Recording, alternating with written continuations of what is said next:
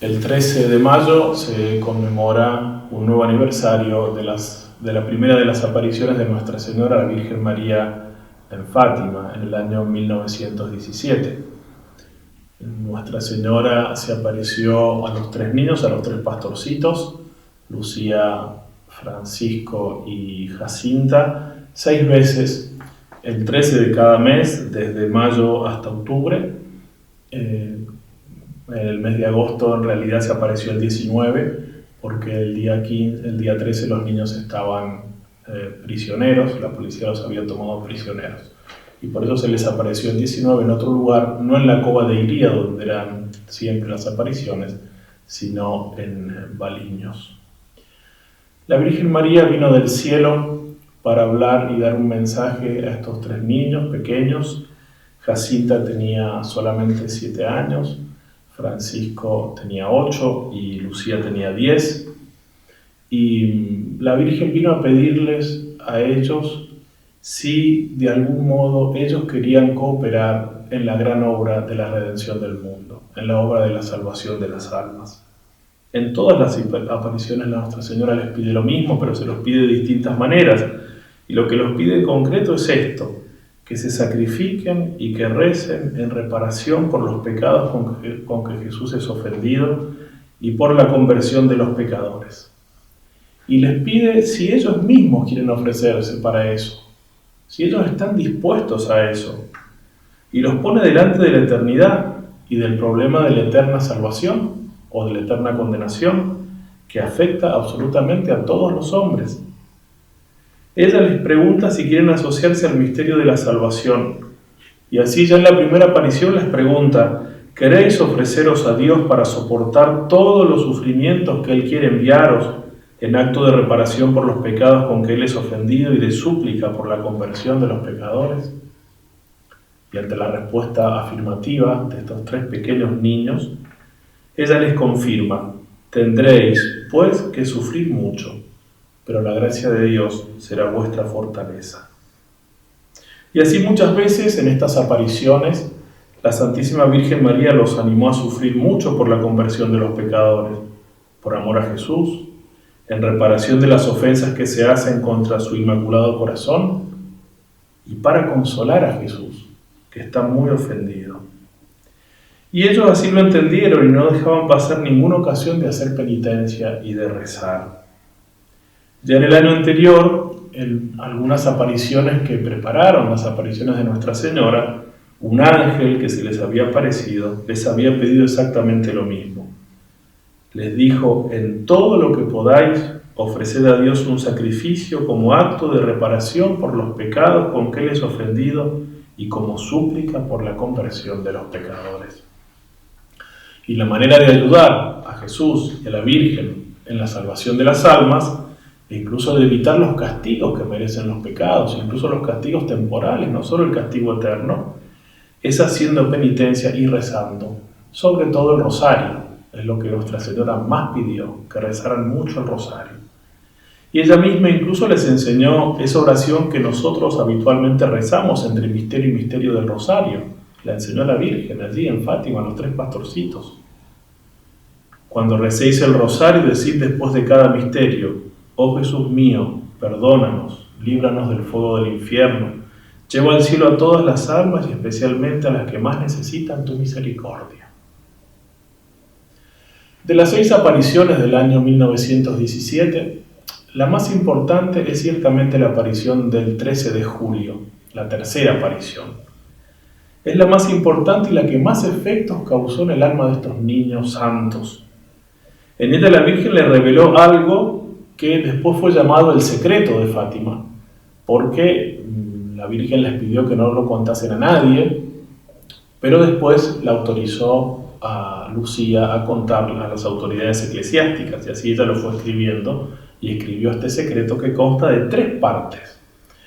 La primera es la visión del infierno, la segunda es una profecía de los males que vendrán al mundo, la Segunda Guerra Mundial, la desaparición de varias naciones, las persecuciones del comunismo ateo contra la Iglesia, del martirio de los buenos, de los sufrimientos del Santo Padre, Pero también la Virgen profetiza la consagración de Rusia a su Inmaculado Corazón hecha por el Papa, por la cual finalmente este corazón inmaculado triunfará.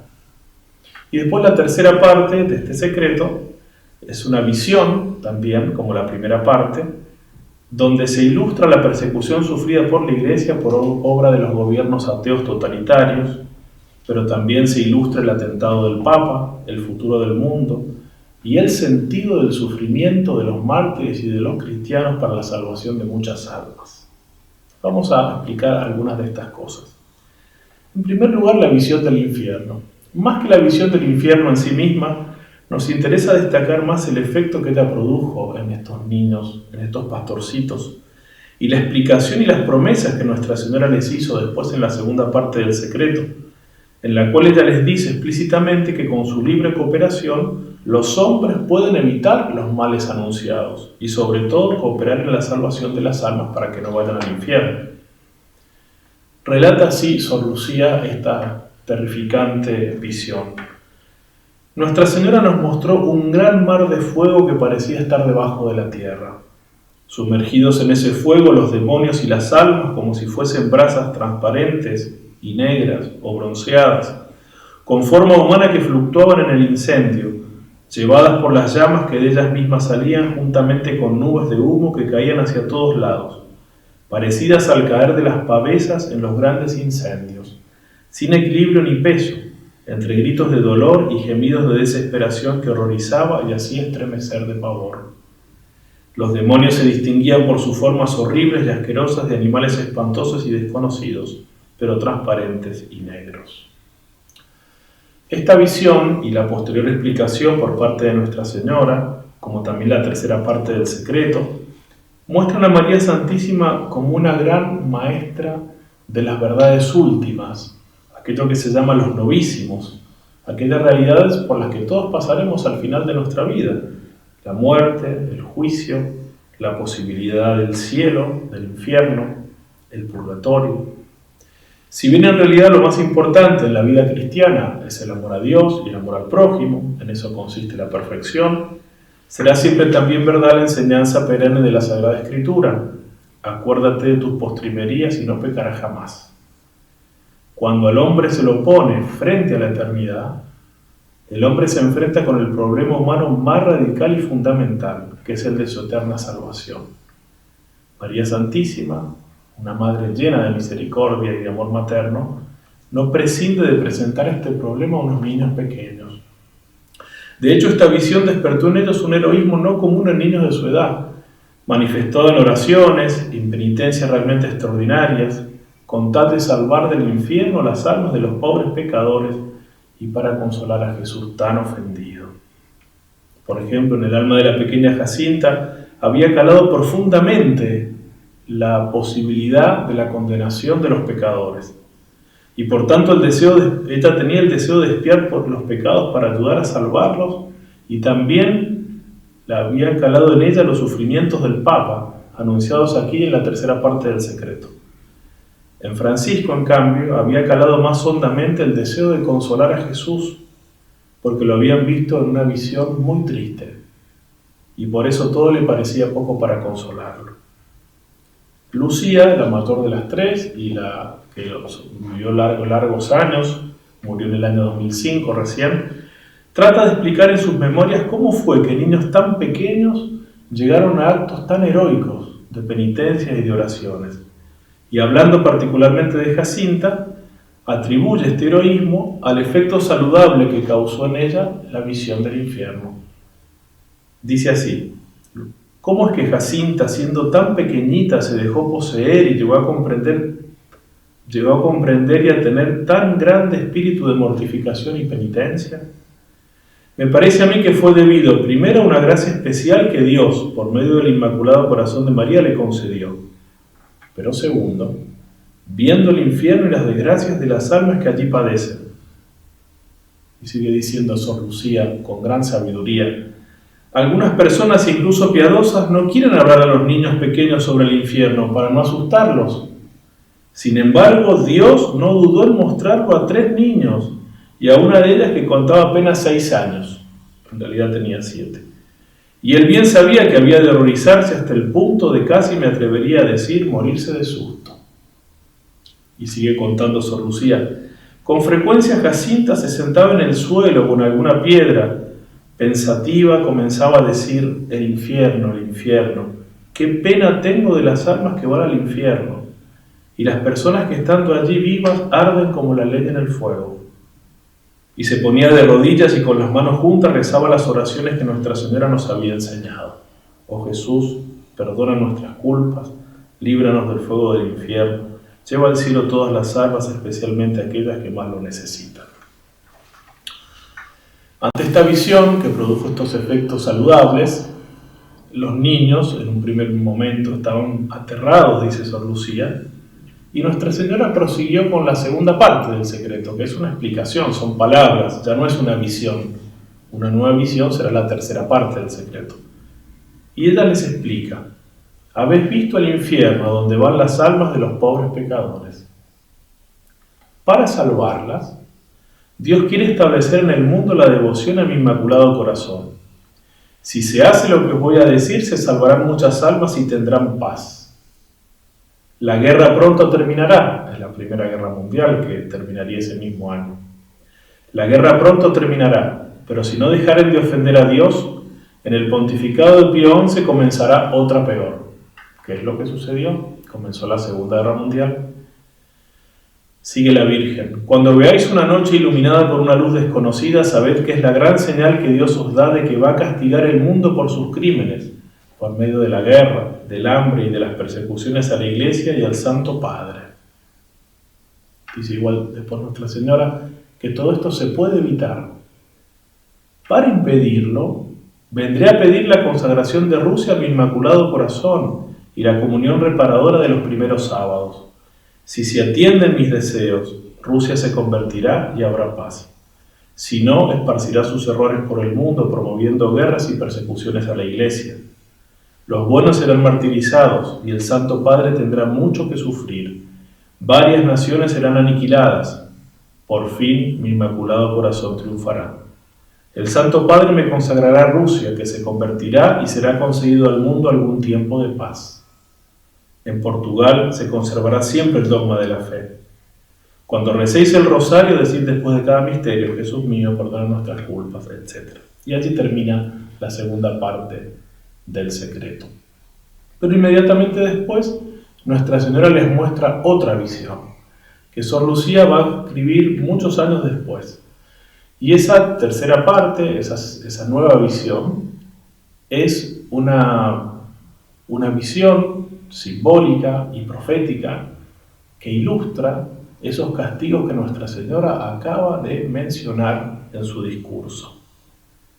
Dice así Sor Lucía: después de las dos partes que ya he expuesto, hemos visto al lado izquierdo de Nuestra Señora, un poco más alto, a un ángel con una espada de fuego en la mano izquierda. Centelleando emitía llamas que parecía iban a incendiar todo el mundo, pero se apagaban al contacto con el esplendor que Nuestra Señora irradiaba con su mano derecha dirigida hacia él. Sí, Nuestra Señora que protegía al mundo de esos castigos. El ángel, señalando la tierra con su mano derecha, dijo con voz fuerte: penitencia, penitencia, penitencia. Y vimos en una inmensa luz que es Dios, algo semejante a como se ven las personas en un espejo cuando pasan ante él, a un obispo vestido de blanco. Hemos tenido el presentimiento de que era el Santo Padre. También a otros obispos, sacerdotes, religiosos y religiosas, subir a una montaña empinada en cuya cumbre había una gran cruz de maderos toscos, como si fueran de alcornoque con la corteza. El Santo Padre, antes de llegar a ella, antes de llegar al pie de esa cruz, atravesó una gran ciudad medio en ruinas y medio tembloroso con paso vacilante, apesadumbrado de dolor y de pena, rezando por las almas de los cadáveres que encontraba por el camino. Llegado a la cima del monte, postrado de rodillas a los pies de la gran cruz, fue él mismo muerto por un grupo de soldados que le dispararon varios tiros de armas de fuego y flechas. Y del mismo modo murieron unos tras otros los obispos, sacerdotes, religiosos y religiosas, y diversas personas seglares, hombres y mujeres de diversas clases y posiciones. Bajo los dos brazos de la cruz había dos ángeles, cada uno de ellos con una jarra de cristal en la mano, en las cuales recogían la sangre de los mártires y regaban con ella las almas que se acercaban a Dios. Esta nueva visión, la tercera parte del secreto así llamada, que ilustra los castigos que Nuestra Señora había mencionado en la segunda parte en su discurso, fue interpretada ya por la misma Sor Lucía de Fátima. En una carta escrita al Papa San Juan Pablo II el 12 de mayo de 1982, un año después del atentado que el Papa sufrió en la Plaza San Pedro, el 13 de mayo de 1981, Sor Lucía dice: la tercera parte del secreto se refiere a las palabras de Nuestra Señora: si no, Rusia diseminará sus errores por el mundo promoviendo guerras y persecuciones a la Iglesia. Los buenos serán martirizados, el Santo Padre sufrirá mucho, varias naciones serán destruidas.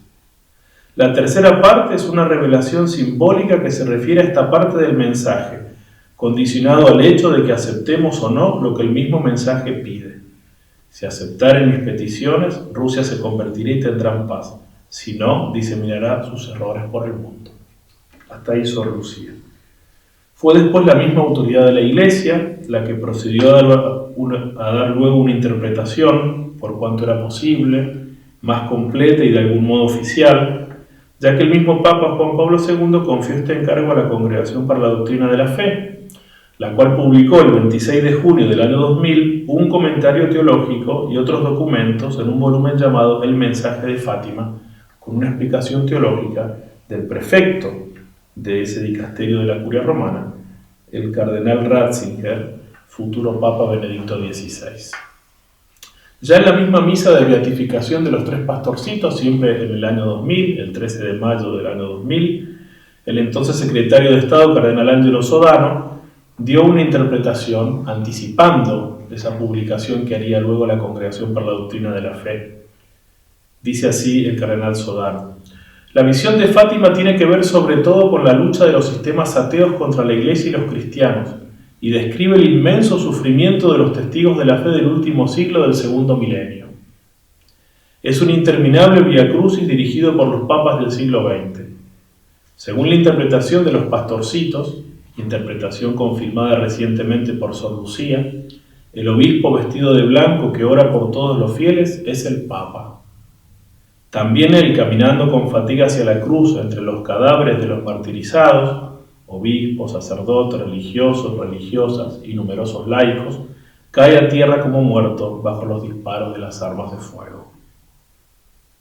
Y luego prosigue el cardenal Sodano: después del atentado del 13 de mayo de 1981, a su santidad le pareció claro que había sido una mano materna quien guió la trayectoria de la bala, permitiendo al Papa agonizante que se detuviera en el umbral de la muerte. Son palabras del mismo Juan Pablo II que el cardenal Sodano está citando.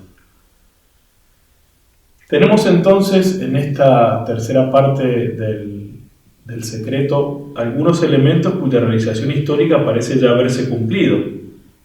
Así el estallido de la Segunda Guerra Mundial, el largo calvario de la Iglesia perseguida por los regímenes totalitarios durante todo el siglo XX, con su cúmulo impresionante de mártires cristianos. Hubo más mártires en el siglo XX que en los 19 siglos precedentes de la historia de la Iglesia.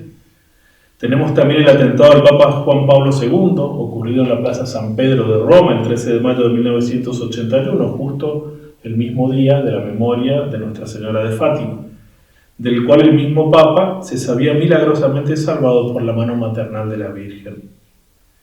Pero también, como dice Sor Lucía, en el mensaje Profecía de Fátima hay muchos otros elementos que tienen un aspecto más permanente y que nos tocan de cerca, personalmente. Son todos aquellos elementos que llaman a la conversión personal y de los pueblos.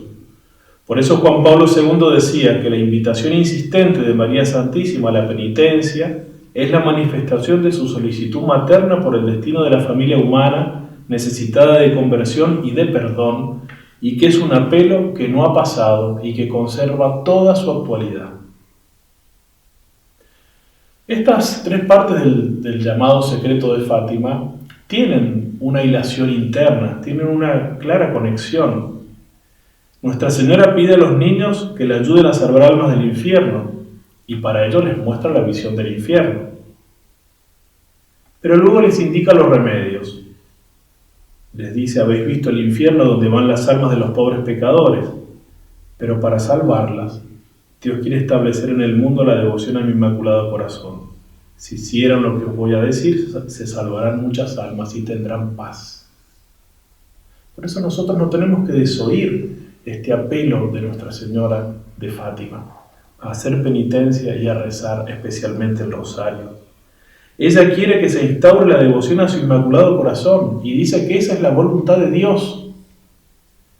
Y desea además que se realicen otras cosas: la práctica de la comunión reparadora de los 5 primeros sábados, y también que Rusia, que representaba el poder destructivo del ateísmo militante marxista, que tomaría el poder en ese país unos meses más tarde, en octubre de 1917, desea que Rusia le sea consagrada. Ella menciona estos pedidos como remedios para los males que ella misma está anunciando, y para que las almas se salven y no vayan al infierno, y para que en el mundo haya paz, para que las naciones no sean aniquiladas, para que se evite el hambre, para que la Iglesia y el Santo Padre no sean perseguidos. Estas peticiones están en consonancia con lo que ella pedirá en casi todas las apariciones a los pastorcitos: que se rece el Santo Rosario, que se haga penitencia por los pobres pecadores, y para consolar a Jesús que está tan ofendido, y así atraer sobre el mundo la paz. La Virgen da a entender en la segunda parte del secreto de Fátima, con sus palabras, que el mundo no escuchará a tiempo su llamado, y por eso sobrevendrán grandes males a la humanidad y a la Iglesia, que son anunciados como castigos, usando la palabra castigos.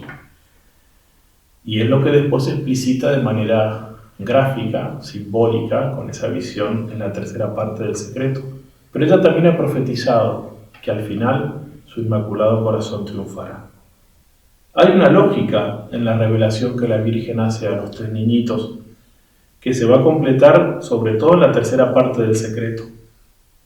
Porque lo que ella está enseñando es que el mal terrible, el mal sin retorno, el mal por antonomasia, es la eterna condenación. Para remediar eso, el Señor quiere que reine en el mundo el corazón inmaculado de su Madre. Y ella pide ciertas cosas para evitar la condenación de las almas y otros muchos males que ella está anunciando. Algunos de estos pedidos tocan solamente a la autoridad suprema de la Iglesia, por ejemplo, que el Papa consagre al mundo, el mundo y Rusia a su corazón inmaculado. Cosa que hará, el Papa Juan Pablo II lo hizo el 25 de marzo de 1984, y ya lo habían hecho otros papas, especialmente Pío XII.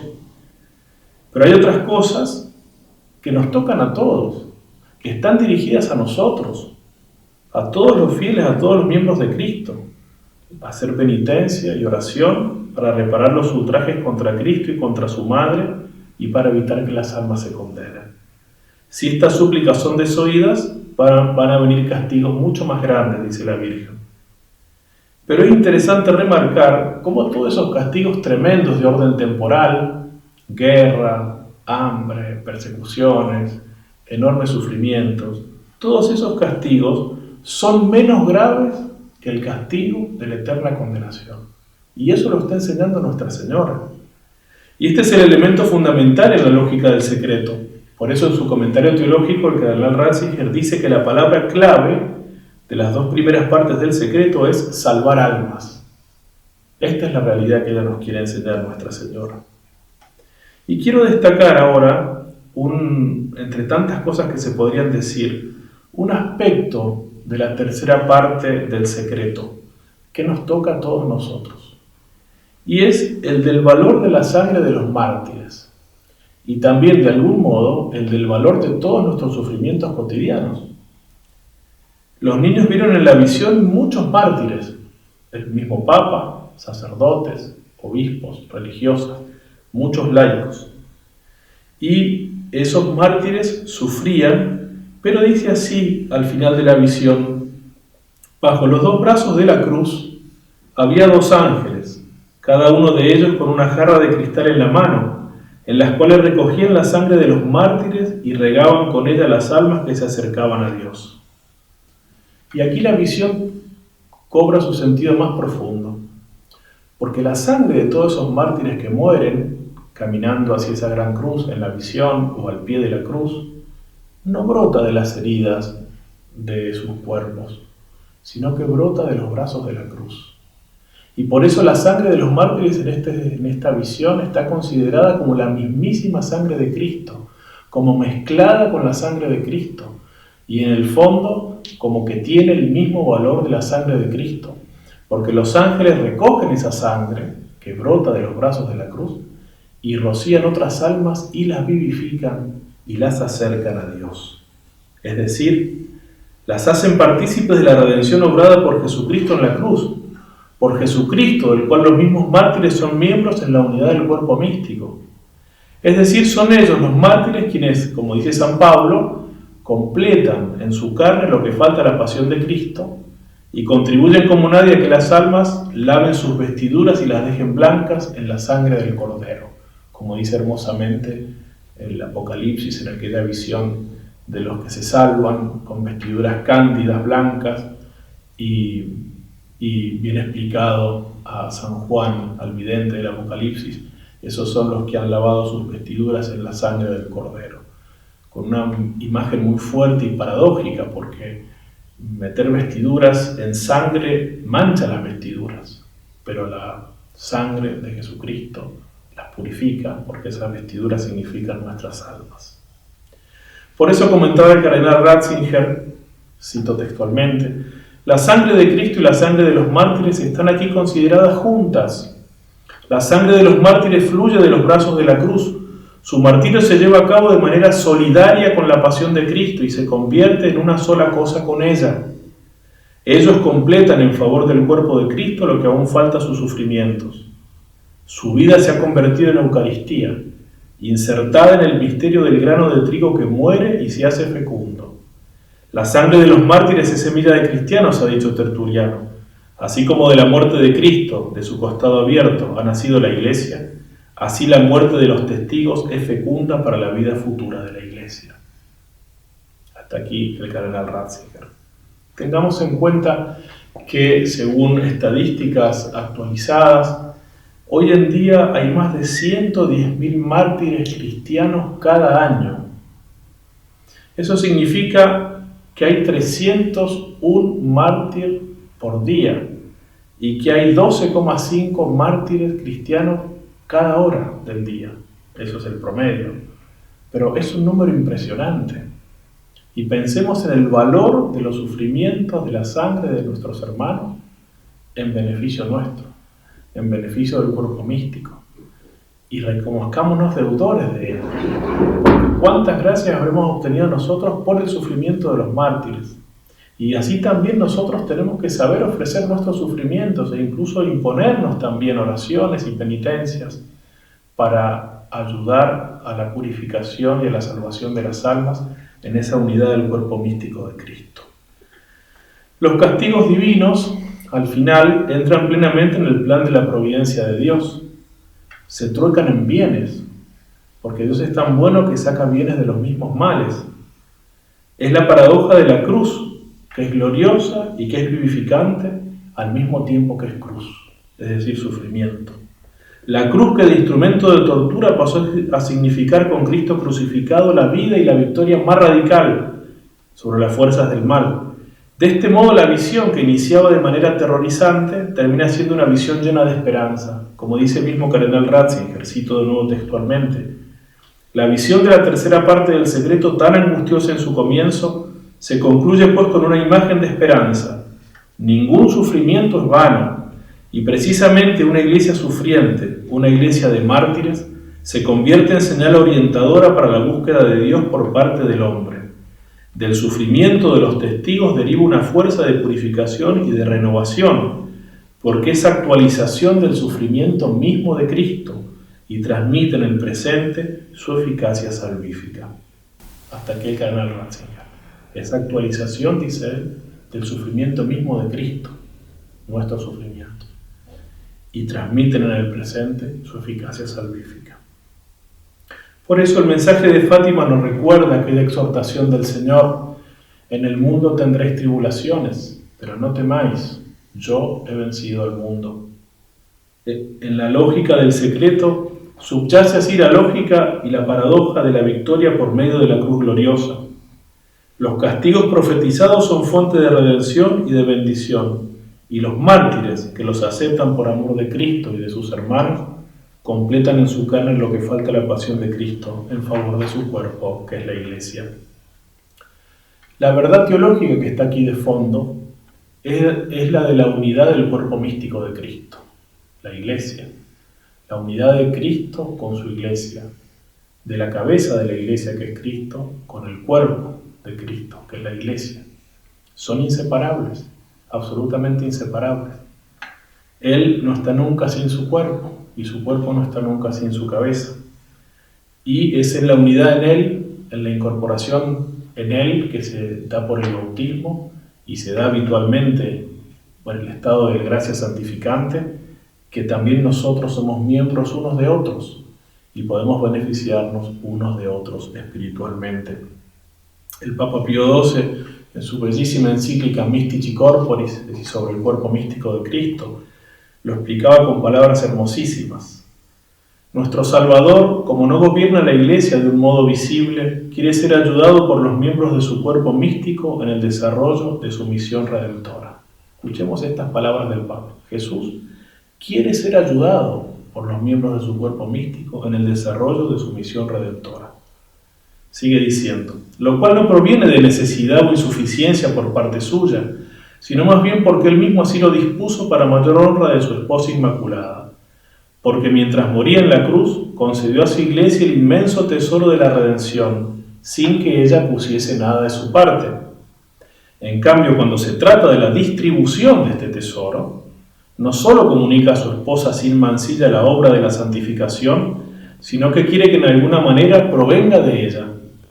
Misterio verdaderamente tremendo y que jamás se meditará bastante, el que la salvación de muchos dependa de las oraciones y voluntarias mortificaciones de los miembros del cuerpo místico de Jesús, dirigidas a ese objeto, y de la cooperación que pastores y fieles, especialmente los padres y madres de familia, han de ofrecer a nuestro divino Salvador.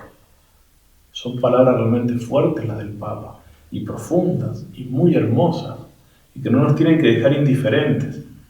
Misterio verdaderamente tremendo y que jamás se meditará bastante, el que la salvación de muchos dependa de las oraciones y voluntarias mortificaciones de los miembros del cuerpo místico de Jesús dirigidas a este objeto.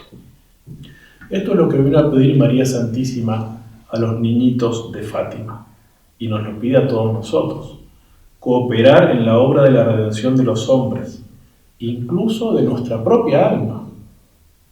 Debemos encontrar en el gran misterio de la comunión de los santos en Cristo el fundamento de las peticiones que Nuestra Señora vino a hacer en Fátima, sobre todo en relación a la expiación de los pecados de los hombres y a dar todo nuestro amor y nuestro consuelo al Señor por aquellos que no lo aman, como les había enseñado a rezar a los 3 pastorcitos el ángel que se les había aparecido el año anterior.